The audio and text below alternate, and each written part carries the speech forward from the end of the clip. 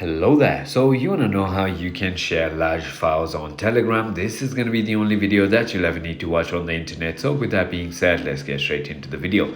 You can share large files on Telegram by sending them directly if they are under 2 GB or by using a cloud storage service for files that are larger than 2 GB. So to send a large file directly, use the paperclip icon. So for example, I'm going to simply go ahead and open a chat and tap on this paperclip icon, and I can simply go ahead and select any file right over here and then just send it to them directly if it is under 2 GB. However, if it is over 2 GB, what you need to do is firstly, you need to simply go ahead and upload the file to a cloud service such as Google Drive, Dropbox, or OneDrive, and then generate a shareable link and then just send it right over here on the chat. So it is as simple as that. I hope this video was helpful to you. If it was, hit that like button and I'll see